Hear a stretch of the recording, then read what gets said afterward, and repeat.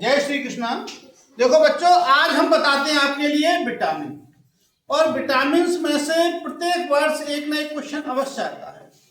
और जो इसमें से आने वाला क्वेश्चन क्या है, देखो, या तो उसका नाम पूछता है कि रासायनिक नाम बताओ, या दूसरा पूछेगा आपसे कि उसकी कमी से कौन सा रोग होता है। जैसे पूछ लिया रतौंधी किसकी कमी से होता है, या हीमोफीलिया किसकी कमी से होता है, या रिकेट्स किसकी कमी से होता है। या पूछ लिया हमने कि विटामिन B1 का रासायनिक नाम बताओ, या विटामिन E का रासायनिक नाम बताओ, इस प्रकार से पूछेगा। और भी इसमें ज्यादा है, लेकिन मैंने जो इम्पोर्टेंट हैं विटामिन वो ही इसमें दिए हैं ताकि तुम सबको याद कर सको। देखिएगा, सबसे पहला है हमारा विटामिन। विटामिन को दो भागों में बांटा जाता है, एक तो होती है जल में घुलनशील और दूसरी होती है वसा में घुलनशील। तो जो जल में घुलनशील है वो विटामिन बी और सी, और वसा में घुलनशील विटामिन है ए, डी, ई और के। देखिए, इनका ये नाम याद करना है सबको ध्यान से एकदम। सबसे पहला है विटामिन ए। विटामिन ए का रासायनिक नाम है रेटिनॉल। क्या है? रेटिनॉल। और जब विटामिन ए की कमी हो जाती है तो इससे आंखों से संबंधित रोग होते हैं, जैसे रतौंधी है आपका, जीरोथैलेमिया है इनमें, और ये अंडे हैं, मछली का तेल है, इनमें अधिक दूध वगैरह में पाई जाती है। तो पूछेगा कि रतौंधी रोग किसकी कमी से होता है, तो किसकी कमी से होता है? विटामिन ए की कमी से। और विटामिन ए का रासायनिक नाम क्या है? रेटिनॉल। दूसरा आता है विटामिन डी। विटामिन डी है, विटामिन डी का रासायनिक नाम है कैल्सिफेरॉल। क्या कहते हैं उसे? कैल्सिफेरॉल। और विटामिन डी की कमी से रिकेट्स रोग हो जाता है। रिकेट्स रोग क्या होता है कि रिकेट्स रोग में हड्डियां कैसे हो जाती हैं? कमजोर हो जाती हैं, टेढ़ी मेढ़ी हो जाती हैं, समझे? और जो विटामिन डी है ये हमें सूर्य के प्रकाश से मिलता है। कहाँ मिलता है? सूर्य। इसलिए हमें सदैव सूर्य के प्रकाश में थोड़ी बहुत देर अवश्य बैठना चाहिए। जो लोग सूर्य के प्रकाश में नहीं आते बिल्कुल, उनमें रिकेट्स रोग होने की संभावना अधिक रहती है। तो सूर्य के प्रकाश में बैठना चाहिए, और दूध मक्खन वगैरह खाने से उससे भी इसमें लाभ होता है। तीसरा है विटामिन ई। विटामिन ई का रासायनिक नाम है टोकोफेरोल। क्या है विटामिन ई का रासायनिक नाम? टोकोफेरोल। और इसकी कमी से क्या होता है, देखो, प्रजनन शक्ति कम हो जाती है, तो बांझपन रोग हो जाता है, या पक्षाघात, पैरालाइसिस कहते नहीं, फालिस, वो उसमें भी इसका रोल रहता है। ठीक है। और इसमें क्या है, जो भी अंडा है, गेहूं है, या ये हरी सब्जी वगैरह, उसमें ये रहता है विटामिन ई। इस बात का हमें ध्यान रखना है। दूसरा विटामिन के। विटामिन के का रासायनिक नाम है फाइलोक्विनोन। क्या है? फाइलोक्विनोन।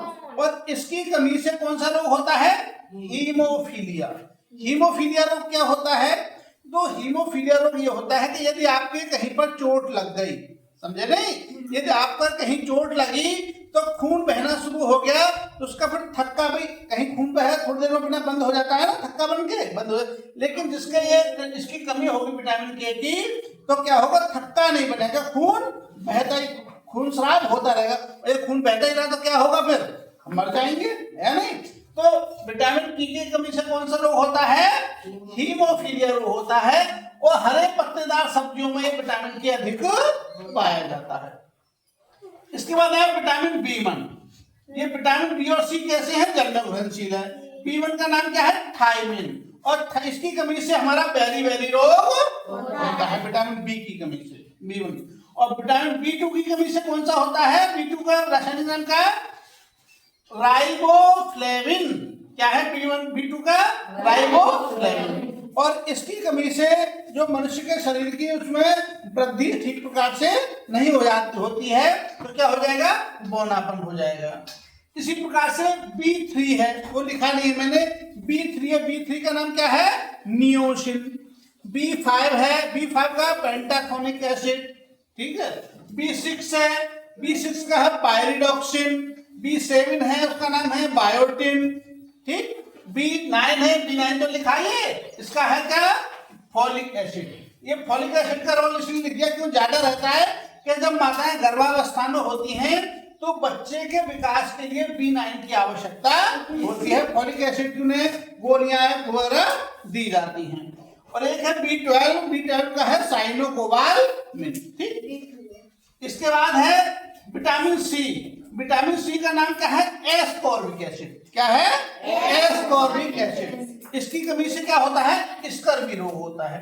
जो विटामिन सी है, ये जितनी भी खट्टी चीजें हैं, नींबू है आपका, आंवला है, मौसमी है, संतरा, जो भी खट्टी चीजें हैं सब में अधिकतम पाया जाता है। उसकी कमी से दांत और मसूड़े संबंधी रोग होते हैं। तो आप सब लोगों के लिए याद करने हैं, एक तो इनके सबके नाम क्या रासायनिक नाम होने चाहिए।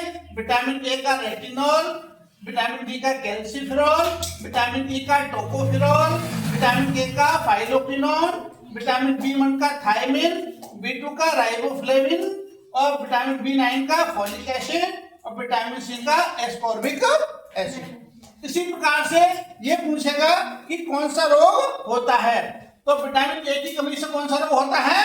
रतौंधिया यूरोथैलेमिया। और विटामिन डी की कमी से रिकेट्स होगा, विटामिन ए की कमी से बालपन या पक्षाघात होगा, विटामिन के की कमी से हीमोफीलिया, B1 की कमी से बेरी, B2 की कमी से बौनापन और सी की कमी से स्कर्वी। इसके साथ साथ दो रोग और पूछता है, वो विटामिन से संबंधित नहीं है।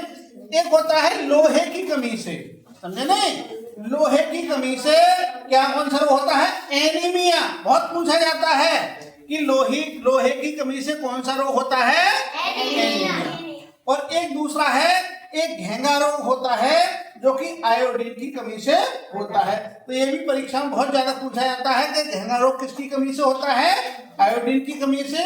और विटामिन उसकी कमी से, क्या बोला मैंने? दूसरा लोहे की कमी से कौन सा होता है? एनीमिया रोग होता है। ठीक है, तो ये सब लोग याद करेंगे, तैयार करेंगे अच्छे से। और जो भी ये वीडियो अधिक से अधिक शेयर करें बच्चों के पास तक, इसमें से एक क्वेश्चन 100% मिलेगा, समझे नहीं? और 5 सितंबर लास्ट डेट है एनएमएस का परीक्षा जो फॉर्म भरने की। तो शीघ्र से शीघ्र अधिक से अधिक बच्चों के लिए फॉर्म एनएमएस का डलवाएं। जो बच्चे इस समय कक्षा 8 में पढ़ रहे हैं वो लोग उसमें वो बच्चे अप्लाई कर सकते हैं। उनकी 3.5 लाख रुपए से कम आय होनी चाहिए। और उसके लिए ये जरूरी है कि उनके आय प्रमाण पत्र अवश्य बनवा लें, क्योंकि यदि आय प्रमाण पत्र नहीं बनेगा तो बिना आय प्रमाण पत्र के फॉर्म नहीं भरा जाएगा। जाति प्रमाण पत्र नहीं है तो सामान्य में भर सकते हैं, लेकिन यदि आय प्रमाण पत्र नहीं है तो फॉर्म नहीं भरा जाएगा। इसलिए सभी शिक्षक बंधुओं से भी निवेदन है कि सभी बच्चों को अधिक से अधिक फॉर्म भरवाएं। जय श्री कृष्ण।